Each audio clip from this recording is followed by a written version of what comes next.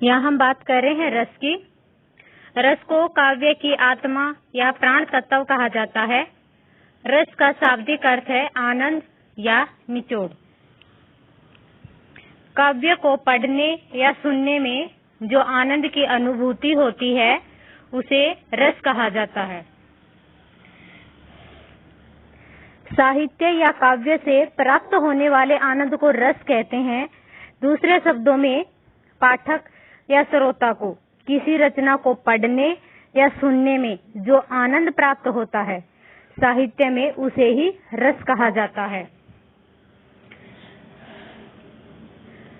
भरत मुनि के अनुसार मुख्य रसों की संख्या 8 थी। शांत रस को इसके काव्य नाटक शास्त्र में स्थान नहीं दिया गया। मूल रूप से रसों की संख्या 9 मानी गई है, जिसमें श्रृंगार रस को रस राजा कहा गया है, किंतु बाद में हिंदी आचार्यों के वात्सल्य और भागवत रस यानी कि भक्ति रस को रस की मान्यता दी गई है। इस प्रकार कुल रसों की संख्या 11 हो गई, अतः स्थायी भाव भी संख्या 11 हो गई है। रसों के प्रकार और उनके स्थायी भाव। रस के 11 प्रकार हैं। श्रृंगार रस, इसका स्थायी भाव होता है रति। रति को हम प्रेम भाव भी बोल सकते हैं। उसके बाद दूसरा रस है हास्य रस। इसका स्थायी भाव है हास। करुण रस शोक, रौद्र रस क्रोध, वीर रस उत्साह, भयानक रस भय, भीभत्स रस जुगुप्सा या घृणा, अद्भुत रस आश्चर्य, शांत रस निर्वेद, वात्सल्य रस वात्सल्य, भक्ति रस देवरति अनुराग भक्ति, ईश्वर के प्रति प्रेम। रस के अंग हैं 4। रस के 4 प्रकार के अंग हैं, जो विभाव, अनुभाव, संचारी भाव, स्थायी भाव। तो हम इसके बताते हैं। रस के जो 4 अंग वो इस प्रकार से हैं। स्थायी भाव, मानव के हृदय में जो भाव स्थायी रूप से विद्यमान रहते हैं, जो कभी भी नष्ट नहीं होते, उन्हें स्थायी भाव कहते हैं। विभाव, स्थायी भाव को जगाने और उद्दीपन करने वाले जो कारण होते हैं वो विभाव कहलाते हैं। विभाव 2 प्रकार के होते हैं, आलंबन और उद्दीपन। उसके बाद है अनुभाव, स्थायी भाव के जागृत होने तथा उद्दीप्त होने पर आश्रय की शारीरिक चेष्टाएं अनुभाव कहलाती हैं। उदाहरण, वन शेर को देखकर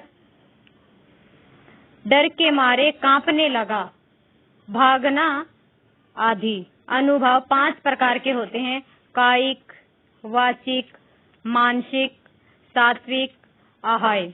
उसके बाद है संचारी भाव, जागृत स्थायी भाव को पुष्ट करने के लिए कुछ समय के लिए जगकर लुप्त होने वाले भाव संचारी या व्यभिचारी भाव कहलाते हैं। जैसे वन शेर को देखकर भयभीत व्यक्ति को ध्यान आ जाए कि 8 दिन पूर्व शेर ने एक व्यक्ति को मार दिया था, यह स्मृति संचारी भाव होगा। उसके बाद हम बात करते हैं हमारे रसों की। पहला रस है हमारा श्रृंगार रस। श्रृंगार रस जैसे कि नाम से ही पता चल रहा है, श्रृंगार रस में स्थायी भाव होता है प्रेम या रति। जहाँ श्रोताओं या पाठकों के मन में सोया हुआ प्रेम जागृत होता है वहाँ श्रृंगार रस होता है।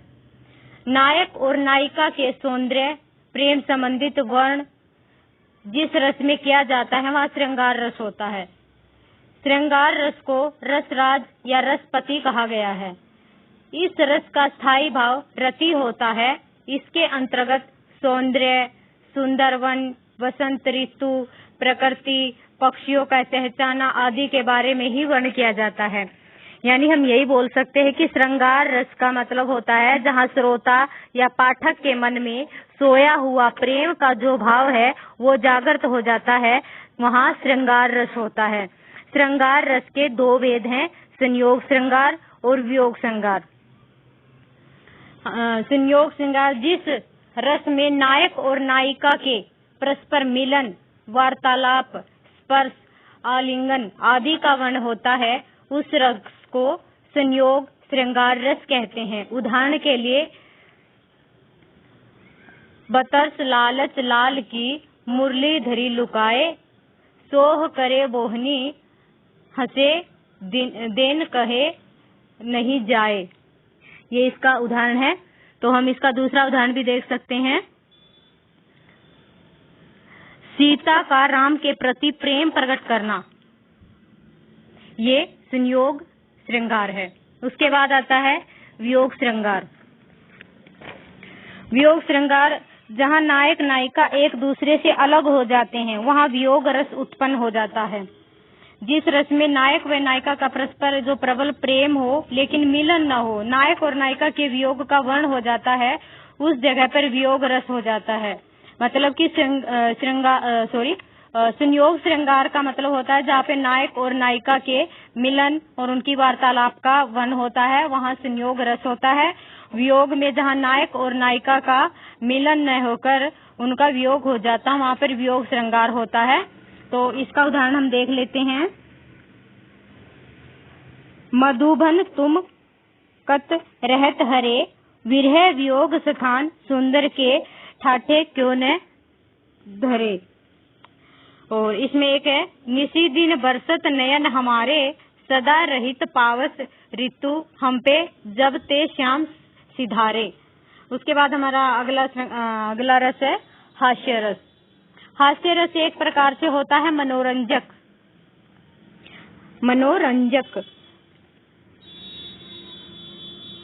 हास्य रस का स्थायी भाव है हास्य रस नव रसों में स्वभावत सबसे अधिक सुखात्मक रस प्रतीत होता है। इसके अंतर्गत वेशभूषा, वाणी आदि की विकृति को देखकर मन में जो प्रसन्नता या आनंद का भाव उत्पन्न होता है, उसे हास्य की उत्पत्ति होती है।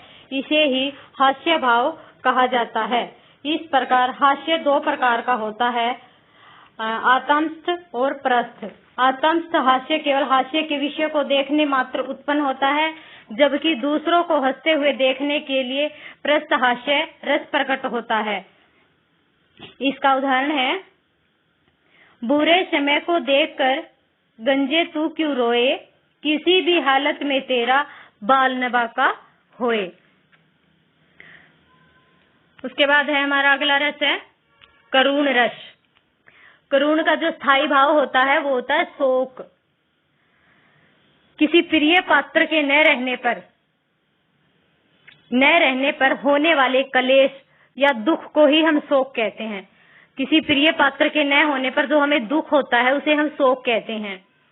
वहीं पर हमारा करुण रस होता है। करुण रस में किसी अपने का विनाश हो जाए, अपना कोई वियोग हो जाए, या हमारा प्रेमी से सदैव के लिए बिछड़ जाना, दूर चले जाना, जो हमें दुख या वेदना उत्पन्न होती है, उसे ही हम करुण रस कहते हैं।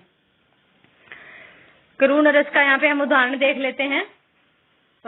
किसी प्रिय व्यक्ति के चिर विरह या मरण से जो शोक उत्पन्न होता है उसे करुण रस कहते हैं। जिस रस में पुनः मिलने की आशा ही समाप्त हो जाती है, वहाँ करुण रस होता है। इसमें निश्वास, छाती पीटना, रोना, भूमि पर गिरना आदि का भाव व्यक्त होता है। तो हम इसका उदाहरण देखते हैं।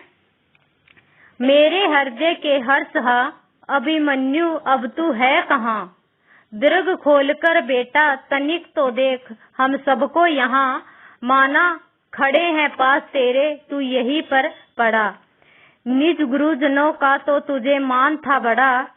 यहाँ अभिमन्यु की माँ जो सुभद्रा की करुण वेदना प्रकट हुई है, वो यहाँ पर करुण रस है। उसके बाद है हमारा वीर रस। जैसे कि नाम से ही पता चल रहा है, वीर रस का मतलब होता है उत्साह। वीर रस का स्थायी भाव होता है उत्साह। जब किसी रचना या वाक्य आदि से हमें वीरता जैसे स्थायी भाव की उत्पत्ति होती है, तो उसे वीर रस कहा जाता है। आंखों में खून उतराना, शस्त्र संभालना, गर्जन करना, ताल ठोकना आदि इसके लक्षण होते हैं। इस रस के अंतर्गत जब युद्ध कठिन कार्य को करने के लिए मन में जो उत्साह की भावना विकसित होती है, उसे वीर रस कहते हैं। इसमें शत्रु पर विजय प्राप्त करने, यश प्राप्त करने आदि प्रकट होती है। इसमें ज्यादातर हमें आंखों में खून उतरना, शस्त्र संभालना, गर्जन करना, ताल ठोकना आदि इसके लक्षण होते हैं। तो इसका उदाहरण देख लेते हैं हम। बुंदेले हर बोलो के मुख हमने सुनी कहानी थी, खूब लड़ी मर्दानी वो तो झांसी वाली रानी थी। तो इसका दूसरा उदाहरण हम देख लेते हैं। वीर तुम बड़े चलो, धीर तुम बड़े चलो, ये सभी वीर रस हैं। भरत मुनि ने वीर रस के 3 प्रकार बताए हैं, दानवीर, धर्मवीर और युद्धवीर। उसके बाद हमारा अगला रस है रौद्र रस। रौद्र रस इसका होता है, स्थायी भाव होता है क्रोध। पाठक को रौद्र रस का अनुभव किसी अत्याचारी अन्यायी व्यक्ति के द्वारा कहे जाने वाले क्रोधित वचनों से होता है। जब किसी एक पक्ष या एक व्यक्ति द्वारा दूसरे पक्ष या दूसरे व्यक्ति का अपमान करने अथवा अपने गुरुजन आदि की निंदा जो क्रोध उत्पन्न होता है, उस समय वहां पर रौद्र रस होता है। इसमें क्रोध के कारण मुख लाल हो जाना, दांत पीसना, शस्त्र चलाना, बोहे चढ़ाना आदि के भाव उत्पन्न होते हैं। उदाहरण के लिए आंखों तथा मुंह का लाल होना, क्रोध से हाथ कांपना, उदाहरण के लिए रे नरप बालक काल बस बोलत तो ही न संभार, धन ही सम त्रिपुरारी धनु विदित सकल संसार। दूसरा उदाहरण है इसका। श्री कृष्ण के सुन वचन अर्जुन अशोभ से जलने लगे, सब शील अपना भूल कर करतल युग मलने लगे। संसार देखे अब हमारे शत्रु रण में मृत पड़े, करते हुए यह घोषणा वे हो गए उठ कर खड़े। हमारा अगला रस है अद्भुत रस। अद्भुत रस का जो स्थायी भाव है वो है आश्चर्य। जब किसी व्यक्ति के मन में विचित्र या आश्चर्यजनक वस्तुओं को देखकर जो विस्मय आदि के भाव पैदा हो जाते हैं, उसे ही हम अद्भुत रस कहते हैं। इस रस में रोमांच, आंसू आना, कांपना, गद होना, आंखें फाड़कर देखना आदि के भाव होते हैं। यानी जब किसी आश्चर्यजनक या असाधारण या अलौकिक वस्तु को देखकर हमारे मन में आश्चर्य के भाव उत्पन्न हो जाएं, ऐसी अवस्था का वर्णन किया जाता है, तो वहां पर अद्भुत रस होता है। उदाहरण के लिए देख यशोदा शिशु के मुख में सकल विश्व की माया, क्षण भर को वह बनी अचेत हिल न सकी कोमल काया। जब यशोदा मैया श्री कृष्ण के मुख में देखती है तो उसके मुख में वो पूरी पृथ्वी, पूरे ब्रह्मांड को देखती है, तो यह देखकर वह आश्चर्यचकित हो जाती है। उसके बाद हमारा अगला रस है भयानक रस। भयानक रस का स्थायी भाव होता है भय। किसी डरावनी वस्तु, व्यक्ति या घटना को देखकर जो डर की स्थिति पैदा होती है, वहां भयानक रस होता है। जब किसी भयानक बुरे व्यक्ति या वस्तु को देखकर दुख की घटना स्मरण करने में जो विचार उत्पन्न होते हैं, उसे भय कहते हैं। उस भय के पैदा होने से जिस रस की उत्पत्ति होती है, उसे ही भयानक रस कहते हैं। इसमें कंपन होना, पसीना छूटना, मुंह सूखना, चिंता जैसे भाव उत्पन्न होते हैं। यानी कि किसी डरावनी वस्तु को, व्यक्ति को, घटना को देखकर जो हमें डर की स्थिति पैदा हो, वहां पर भयानक रस की उत्पत्ति होती है।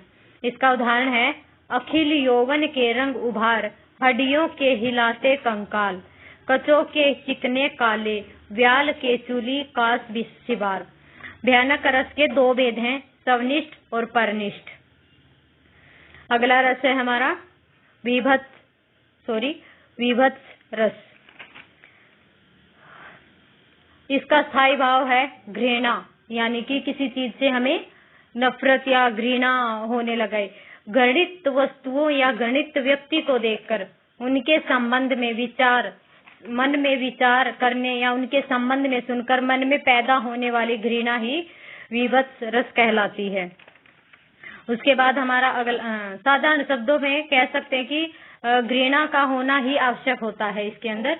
उदाहरण के लिए आंखें निकाल उड़ जाते, क्षण भर उड़कर आ जाते, सब जीव खींचकर कोवे, चुबला चबला कर खाते, भोजन में स्वान लगे मुर्दे थे, भू पर लेटे, मांस चाट लेते थे, चटनी से बहते बहते बेटे।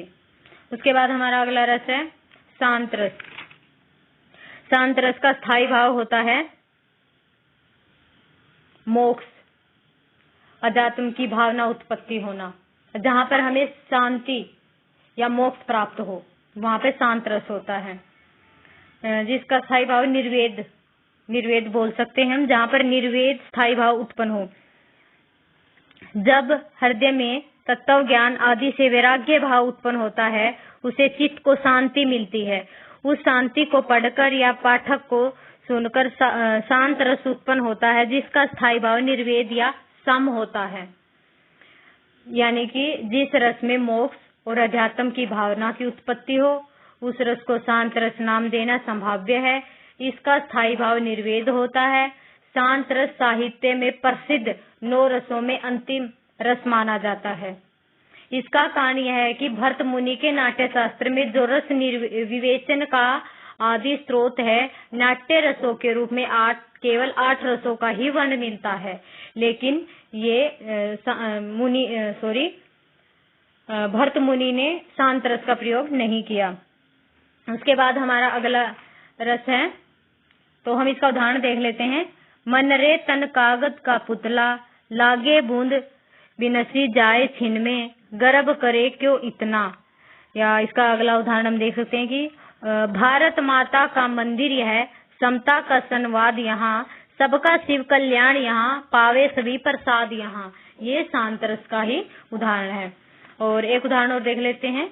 जब मैं था तब हरि नाही, अब हरि है मैं नाही, सब अंधियारा मिट गया, जब दीपक देखा माही। वात्सल्य रस, वात्सल्य रस जहाँ शिशु के प्रति प्रेम, स्नेह, दुलार आदि की प्रमुखता से वर्णन किया जाता है, वहाँ वात्सल्य रस होता है। इसका स्थायी भाव वात्सल्य या प्रेम होता है।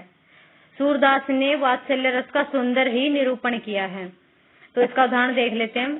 धूरी भरे अति शोभित श्यामजू, तेसी बनी सिर सिंदूर चोटी, जसोदा हरि पालने झुलावे, हलरावे दुलराए मल्हावे, जोई कहू गावे, मैया मोरी मैं नहीं माखन खायो, ख्याल पैर सब सखा मिली, मेरे मुख लपटायो।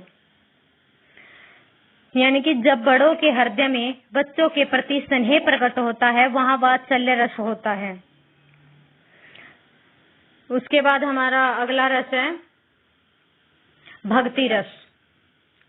भक्ति रस में ईश्वर के प्रति प्रेम, अनुराग आदि का वर्ण हो, वहाँ पर भक्ति रस होता है। इसका स्थायी भाव होता है देवरति या ईश्वर के प्रति प्रेम,